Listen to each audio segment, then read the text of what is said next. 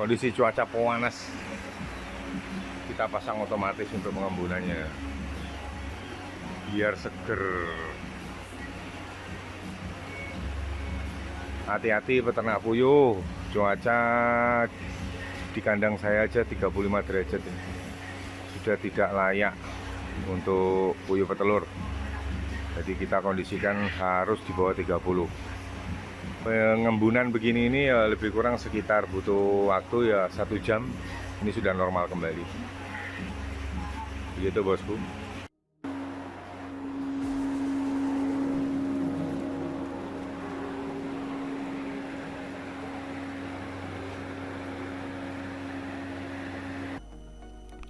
Assalamualaikum warahmatullahi wabarakatuh. Kali ini saya coba untuk membahas tentang penyakit snot pilek, muka bengkak, korisa, pernapasan, kemudian tembolok keras gitu ya, macet gitu. Salah satu obat yang biasa saya pakai antara lain seperti ini nih, saya tunjukin. Jadi ada beberapa rekom yang bisa dipergunakan oleh teman-teman ya.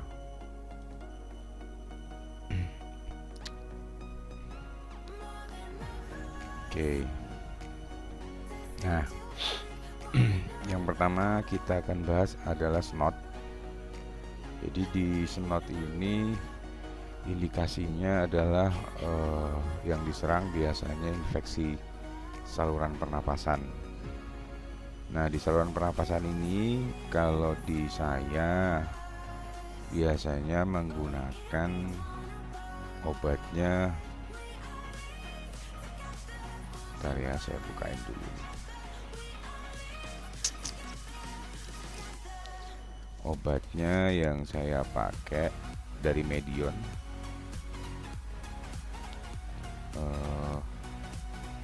Jadi ada dua opsi nih yang bisa dipakai teman-teman ya, yang bisa ditiru. Nah, biasanya saya menggunakan obat yang baik puyuh maupun ayam ya. Jika terkena snot, kemudian matanya bengkak dan lain sebagainya, biasanya saya menggunakan obat ini. Jadi obat ini produksi dari Medion ya. Sifatnya dia lebih banyak mengandung oksitraxilin ini loh. Jadi lebih ke arah pengobatannya, lebih ke arah pernapasan ya. Karena snot itu sebenarnya adalah infeksi saluran pernapasannya ya. Nah, biasanya kita pakai ini nih, harganya kalau tidak salah sekarang ini 33.000. Nah, sistemnya dia disuntik. Jadi disuntik di dada kalau bisa. Dan sistemnya ini pakai sistem subkutan ya. Jadi subkutan ini bagi teman-teman yang belum tahu, nyuntiknya itu di bawah kulit. Jadi jangan sampai kena kulit. Ya, jangan sampai kena daging ataupun tulang, itu biasanya nanti mati. Jadi hati-hati betul. Nah, kemudian dosis yang dipergunakan biasanya kalau yang sudah fatal itu saya di ayam biasanya 0,25 mili per 1 kilo bobot. Jadi kalau saya di puyuh, kalau yang sudah akut, jadi yang sudah benjol banget, kemudian sudah parah gitu ya, biasanya saya pakai cuma 0,10 per ekor. Ini yang saya pakai untuk di puyuh. Jadi ini bisa dibeli di mana saja yang sifatnya toko obat ya, toko obat untuk hewan. Bisa kita pergunakan, namanya Medoxy LE. Ada dua dia, satunya LE L atau M. Ini sama saja sih, nggak ada beda. Jadi tinggal kita kondisikan aja seperti itu. Disuntik aja ke puyuhnya dengan dosis seperti yang saya sampaikan ini, 0,1 mililiter ya per ekor. pada dada di bawah kulit. Jadi belajar nyuntik aja nggak apa-apa, namanya juga orang belajar. Nah, ini obat yang seharusnya pada kondisi snot atau pilek atau muka bengkak, kita pakai cukup menggunakan obat yang namanya Medoxy LE atau Medoxy. LE nya enggak ya, misalnya kan dia jenisnya banyak nih. Sama saja. Nah, kemudian ada cara kedua, ini trik yang biasanya saya pakai juga. Jadi ketika stok obatnya di sini habis atau dia dosisnya ketika dia sudah resisten. Resisten itu sebenarnya obat ini sudah yang paling terakhir. Ketika dia resisten terhadap antibiotik, itu kita biasanya saya hajar pakai ini. Nah, kemudian ada obat yang kedua, ini obat racikan saya sendiri. Jadi racikan saya sendiri sebenarnya ini obat manusia buat anak-anak ya. Manusia. Antara lain yang bisa kita pergunakan salah satunya itu kan kalau dia kena snot itu kontradiksinya itu kan dia lebih ke arah pernapasan. Kemudian matanya bengkak, kemudian mengalirkan lendir dari hidung. Biasanya saya kadang pakai ini, salah satu opsinya ibuprofen itu atau paracetamol untuk meredakan demamnya. Kemudian kita pakai dua item ini tadi, Dramamine sebenarnya ini obat penurun panas ini. Kemudian untuk mengatasi pileknya kita pergunakan dua item ini tadi, obat ini, hidung tersumbatnya juga obat batuk, antibiotik. Nah, jika dokter menemukan bahwa ini ISPA, ya salah satunya sebenarnya dia bukan obat ISPA sih, tapi lebih kepada obat pilek sebenarnya. Obat pilek yang konteksnya buat anak-anak. Dan ini kalau bisa minta puyer. Jadi dibuatkan puyer, kita bilang aja ke apoteker itu tolong diracik obat untuk mengatasi pilek dan hidung tersumbat gitu. Nah, ini sudah bisa, biasanya ini resep ini sebenarnya saya dapat dari istri saya ya. Kebetulan istri saya juga sama seperti istrinya Om Adi. Kalau Om Adi dokter umum, istri saya dokter gigi. Jadi lebih kepada antibiotik, kemudian syaraf kan sistemnya. Dia lebih ke arah situ. Jadi rekomnya salah satunya adalah obat yang sifatnya puyer seperti ini. Jadi sebenarnya kita nggak bisa beli resep yang sifatnya, kita kan nggak bisa nih orang awam untuk nulis buat resep sendiri kan nggak bisa. Nah, kita minta tolong ke apotekernya. Kadang biasanya di apotek itu melayani juga untuk peracikan puyer yang sifatnya buat anak-anak. Dosisnya nanti mereka yang akan tentukan. Yang penting acuannya adalah anak-anak, obat manusia untuk anak-anak. Itu bisa kita berikan kepada puyer yang snot. Dan itu biasanya lebih cepat memang. 2 hari sampai 3 hari itu sudah clear, sudah nggak ada lagi yang namanya benjolan, sudah tidak lagi bengkak ya. Nah, tetapi yang tidak kalah penting, setelah proses medical ini jalan semua, maka kita lanjut ke proses untuk yang namanya tetap ya, artinya tetap perlu yang namanya kebersihan kandang. Nah, kebersihan kandang ini sangat penting. Semua penyakit itu alurnya yang pertama adalah air. Jadi air minum. Ini kan sudah saya ajarkan bagaimana cara untuk sterilisasi air minum itu tadi. Cukup menggunakan dosisnya itu untuk 1000 liter air. Itu kita berikan 80 ml Baiklin. Ini agak ekstrim ini memang, tapi terbukti ampuh. Jadi ini kuncinya dari semua penyakit itu adalah sterilisasi air minum. Sterilisasi air minum ini terjaga, maka semuanya tidak mungkin akan masuk penyakitnya. Nah, yang paling penting Baiklin ini diberikan 80 mili, disesuaikan aja. Jadi misalnya kayak ada teman-teman bingung, mungkin 80 mili itu untuk 1000 liter tinggal dibagi aja. Jadi ketemunya kan sekitar 0,08 per liter ya. Tinggal dikalikan berapa liter. Kalau nggak salah ya, nanti dibagi aja 80 mili dengan 1000 liter, ketemunya berapa. Nah, ini awalnya pemberian Baiklin itu tadi dan didiamkan selama 4 jam. Nah, kalau di farm saya biasanya ada 2 tandon nih, ini saya gambar. Nah, tandon, kemudian tandon 2. Jadi tandon 1, tandon 2.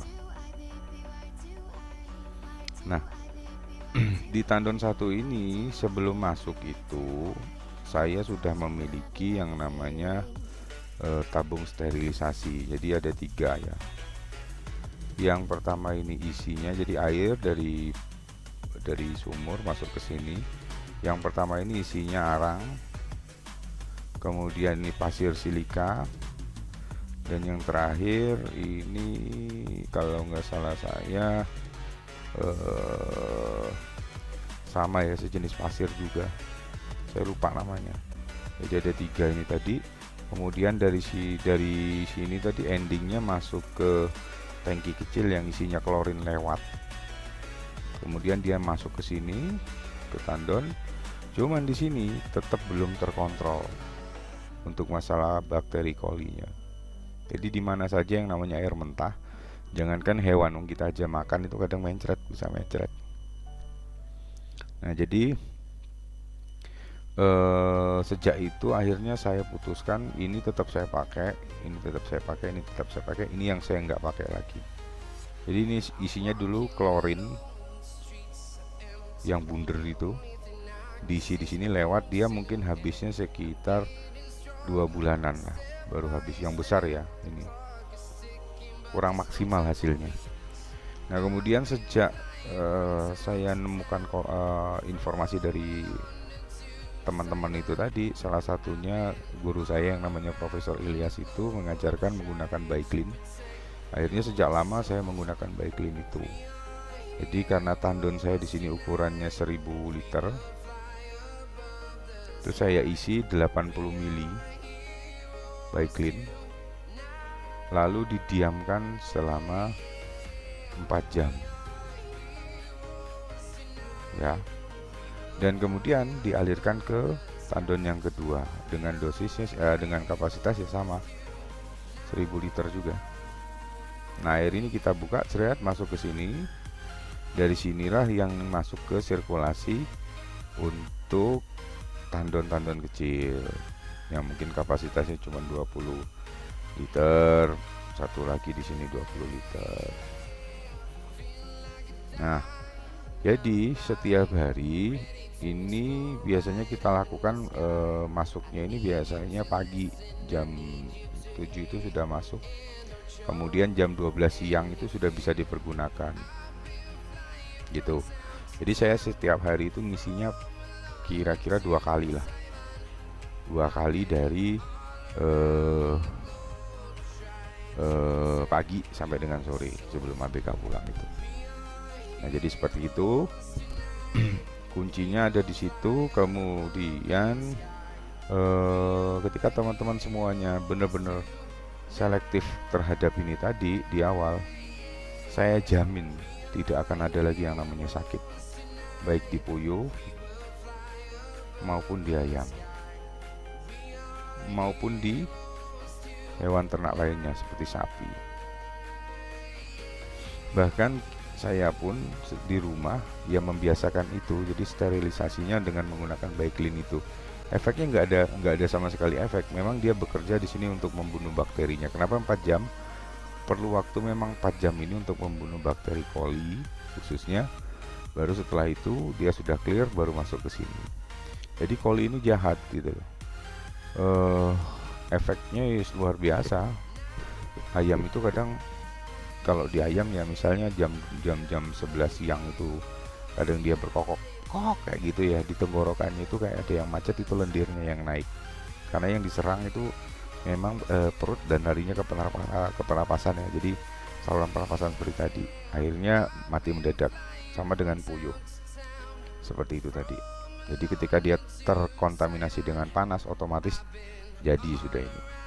Nah ini benar-benar dipegang dulu semuanya, ini benar-benar dipegang dulu, jangan sampai ini kebobolan terus kita baru melakukan pengobatan. Jadi kebalik gitu loh. Kalau kita sudah disiplin di sini, maka yang namanya penyakit saya jamin tidak akan pernah masuk lagi. Yang bermain di dalam farm kita itu ya tinggal yang namanya vitamin. Dan mungkin kalau teman-teman yang biasa ngasih vitamin baik Fortevit, kemudian selenium, vitamin E, itu bebas gitu. Kalau saya cuma main ini aja, jadi sudah tidak pakai probiotik cair, karena pengendaliannya probiotik cair ini terhadap coli juga nggak bisa gitu.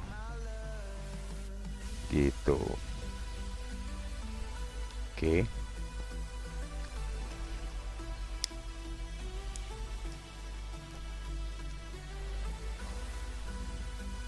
Bentar ya, saya pause dulu. Oke, kita lanjut. Sorry terputus tadi, ngisi listrik dulu habis.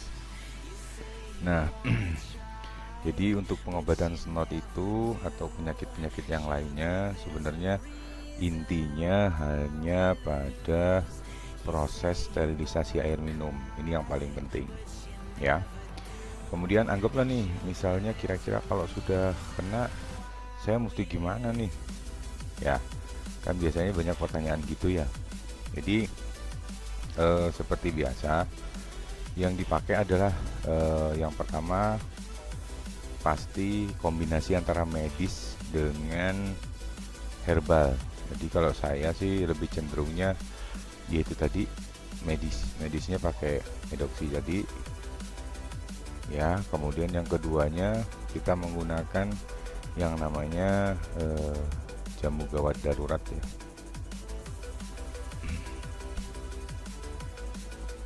Miliknya resep dari Profesor Ilyas ini.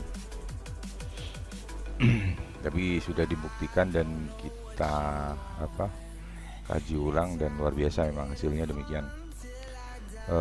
Yang pertama pastinya seperti yang sudah biasa saya ajarkan di grup ya, yang saya masukin di grup itu, salah satu misalnya teman-teman kalau ada sakit dan lain sebagainya, dosisnya nggak terlalu ribet sih, dan semua juga bisa buat gitu, jangan sampai terlambat.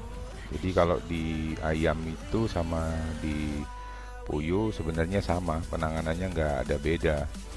Jadi lebih kurang 3 sampai dengan 6 hari atau 1 minggu ya, tergantung beratnya gimana gitu. Sakit yang dialami oleh puyuh itu bagaimana, sudah menjalar semua atau masih dalam satu kotak biasa gitu ya. Yang pertama teman-teman sudah tahu kan, temulawak ya, kemudian kunyit, jahe, kunir atau kunir ya bahasanya ya. Nah kemudian temulawak, kunir, jahe, kemudian kasih lagi kencur, kemudian asam jawa kalau ada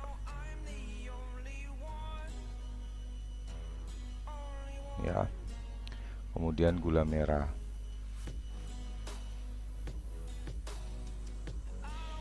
Jadi ini dosisnya kasih aja di sini 25 gram. Saya kasih warna merah aja ya biar kelihatan. Ini 25 gram. Ini ya sama 25 gram. Ini ya sama 25 gram. Ini ya sama 25 gram. Asam jawanya boleh kasih 25 gram juga enggak apa-apa. Gula merahnya yang dikasih 50 gram.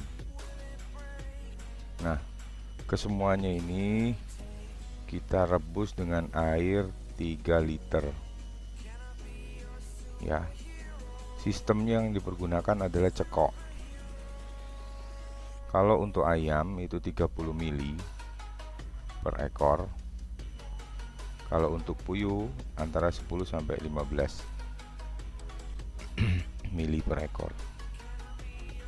Teknisnya bebas. Jadi teknisnya kalau saya di ayam atau di puyuh biasanya saya rendam dengan pakan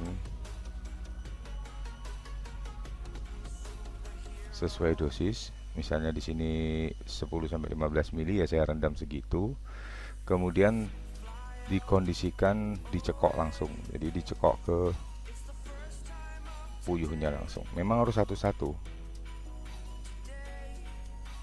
Gitu. Ya. Itu paling penting technical menggunakan jamu gawat darurat seperti itu tadi. Jadi jangan sampai kombinasi ini, kalau yang medisnya ini sampai 3 hari ya, pemberiannya terus menerus disuntik sampai 3 hari. Kalau jamu gawat daruratnya diberikan 3 sampai 6 hari. Jadi ini indikatornya adalah kematian yang beruntun. Ini bisa dipergunakan untuk penyakit apa saja ya, sudah terbukti. Saya juga pakai sampai dengan detik ini. Penyakit apa saja ya alhamdulillah. Kalau misalnya dari luar air itu ya, jadi misalnya ada yang dari bawaan dari anak kandang yang bajunya kotor, itu bisa saja terbawa ke dalam kandang gitu loh. Kondisinya saya hajar dengan ini. Dan pemberian ini rutin pun ketika memang kondisinya tidak sakit ya oke aja, nggak apa-apa. Mungkin bisa dicampurkan pada air minum, nggak masalah ya, dikondisikan. Kalau saya yang saya campuri pakan 1, 2, 3. Jadi rata-rata yang saya kondisikan seperti itu tadi yang saya pakai.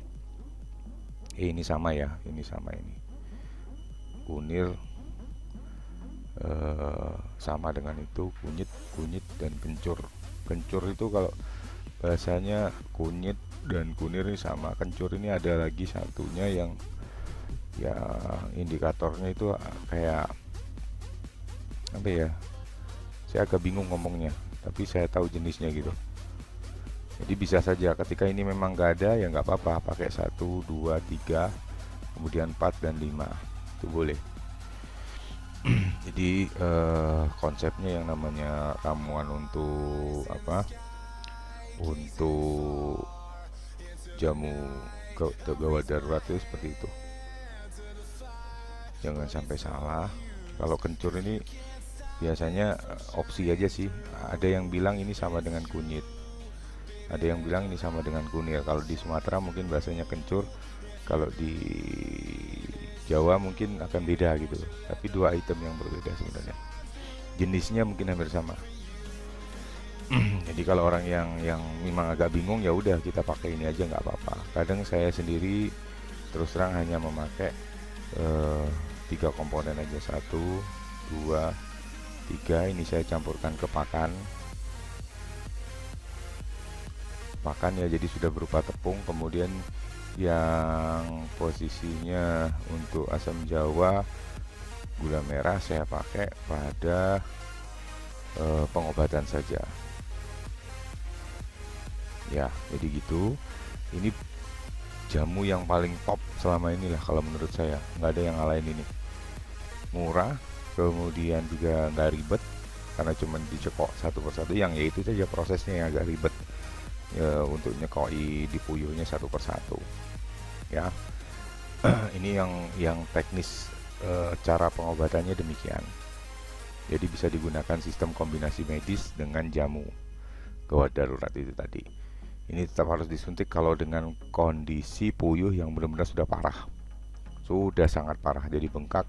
Kemudian kematian juga banyak ya, setiap hari mungkin lebih dari 10. Dengan kondisi matanya yang sudah lebam kayak gitu ya. Kemudian lendirnya yang netes keluar dari hidung, kemudian banyak putihnya kayak benjolan di mata gitu ya, seperti itu tadi. Obatnya cukup ini saja, saya jamin insya Allah pasti sembuh ini dengan kondisi seperti ini. Dan sebenarnya akan lebih efektif ketika setelah proses ini dikondisikan, si puyuh itu memang harus disendirikan, jadi di kotak gitu ya, dibuat kotak satu yang isinya terserah. Kalau saya biasanya isinya 25 ekor yang sakit semua. Nah, ini kita jemur dengan terpisah, kan kandangnya kayak kandang orang buah ayam biasa itu loh, kandang kecil. Ini kalau bisa dibantu oleh sinar matahari untuk memaksimalkan proses kesembuhannya dari pada puyuh yang sakit itu tadi. Jadi itu yang biasa saya pakai untuk pengobatan snot, pilek atau muka bengkak seperti itu tadi.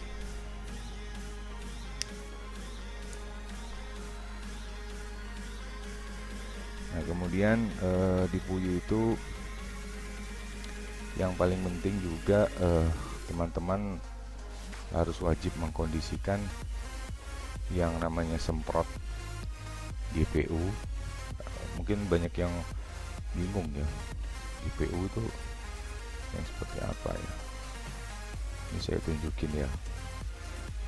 Jadi saya tunjukin, nah ini GPU.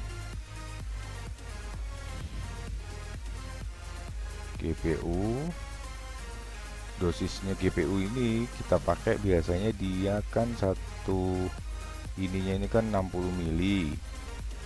Nah, itu ditambah dengan sunlight.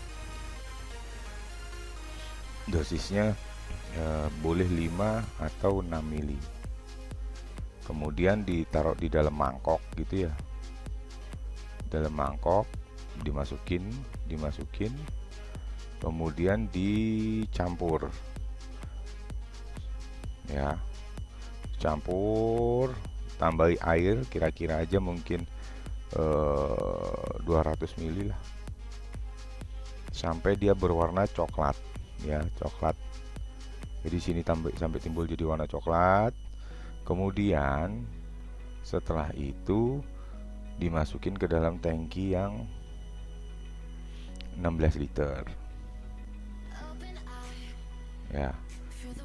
Dosisnya kita pakai 60 ml ini tambah sunlight ini untuk 16 liter air. Semprot ke mukanya semua, nggak apa-apa, malah sehat, percaya saya, pasti sehat puyuhnya, pasti sehat ayamnya. Ketika orang ada masalah terhadap sakit aratan, biasanya ya musim-musimnya aratan, perubahan cuaca. Nah, ini bisa dikondisikan. Kalau di farm saya itu rutin 2 minggu 1 kali.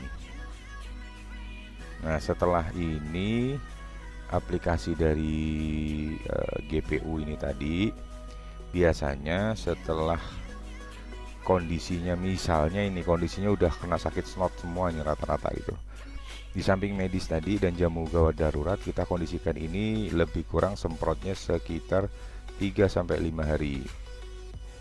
Setiap hari pukul 10 disemprot dengan menggunakan ini. Nah, kemudian di hari ke-6 kita semprot dengan menggunakan, pagi jam 10-nya disemprot dengan menggunakan povidone iodine. Apa itu povidone iodine? Sebenarnya povidone iodine ini sama dengan betadine ya, obat luka itu. Nah, bisa juga sih kadang teman-teman itu untuk mengobati snot itu burungnya dipegang gitu ya, terus kemudian di posisi bengkaknya itu, misalnya nih burungnya nih ya, misalnya nih burungnya, misalnya bengkaknya dia di sini, itu diteteskan dengan menggunakan itu tadi. Kalau enggak ini dia pakai antisep, itu ya sembuh juga, simple, sembuh juga. Cuman memang harus disendirikan, jadi biar dibantu oleh matahari tadi, dijemur, bisa dengan kondisi seperti ini. Nah, kita kembali ke sini jam 10-nya setelah hari ke-6, jangan lupa ya disemprot dengan povidone iodine. Kemudian jam 3 sore ini disemprot dengan Baiklin. Dosisnya 300 ml untuk 16 liter air. Semprot aja basah, nggak apa-apa kok, malah sehat untuk puyuhnya. Jadi penanganannya seperti itu yang untuk senot. Kemudian korisa, kemudian sifatnya virus ya atau bakteri, itu bisa dibunuh oleh ini. Jadi jangan sampai kita berpikir virus ini tidak bisa dibunuh. Sebenarnya bisa dibunuh menggunakan yang namanya enzim. Karena yang namanya virus ini kebanyakan juga kan dari protein bahan dasarnya. Itu. Nah, saran saya jangan lupa kita kondisikan benar-benar yang namanya kandang itu bersih. Jadi rutinitasnya benar-benar dibuat jangan sampai terjadi penumpukan kotoran. Jadi urut-urutannya jangan lupa yang namanya sterilisasi air,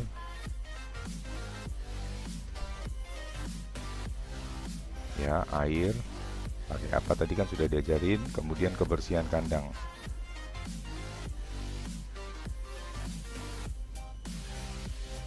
Dan yang paling tidak kalah penting, kebersihan ABK. Jadi usahakan sebelum masuk kandang itu cuci dulu kakinya, termasuk sandal. Nah, itu sumbernya. Motor jangan deket kandang. Kadang teman-teman tidak mikir ke situ, malah rodanya motor itu yang bawa sakit itu. Jadi begitu. Kemudian yang tidak kalah penting ya pembersihan kotoran itu tadi. Kotoran terjadwal, ya. Jadi kuncinya kita cukup menjaga 3 item ini saja. Saya rasa posisinya sudah aman. Seperti di kandang saya di Blitar itu. Jadi kebetulan di sebelah kandang saya itu ada kandang bebek. Saya gambarin hijau ya. Jadi populasinya malah gede ini. Ini sekitar 50.000 bebeknya. Ini kemarin kena aratan dan mati sehari itu mungkin ada kalau 1.000. Ya alhamdulillah ya puyuh saya ya aman-aman saja. Tidak ada yang mati. Matinya itu ya wajar, mati karena kebanyakan heat stress gitu. Itu ya. Nah, salah satunya yang bisa saya sampaikan itu. Kemudian yang tidak kalah penting, fungsi dari pemberian asam sitrat dan soda kue itu dijalankan.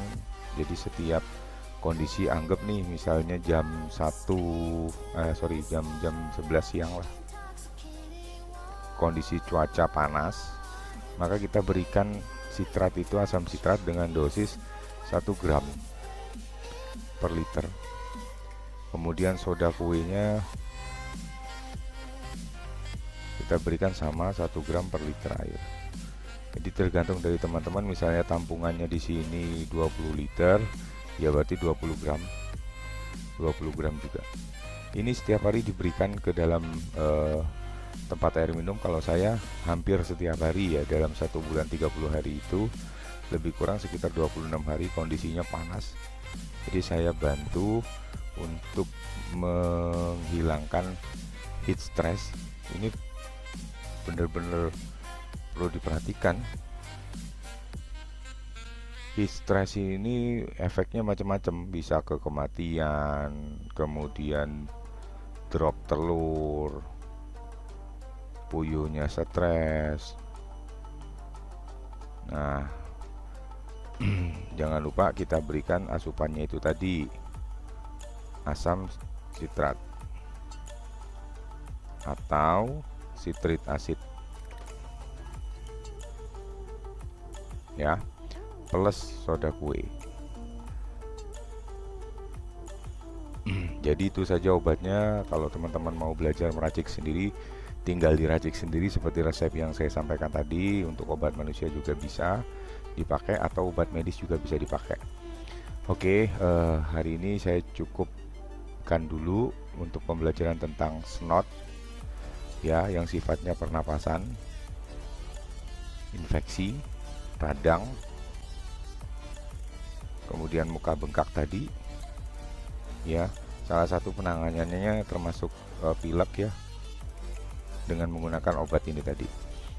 Saya selamat mencoba buat teman-teman, artinya jangan sampai lupa, kuncinya semuanya di kebersihan dan sterilisasi air. Saya rasa cukup sampai di sini. Mohon maaf lebih dan kurangnya, jika ada salah kata ya saya mohon maaf. Terima kasih atas perhatian teman-teman sudah mensupport channel ini untuk tetap bisa berbagi. Semoga bermanfaat ilmunya. Wassalamualaikum warahmatullahi wabarakatuh.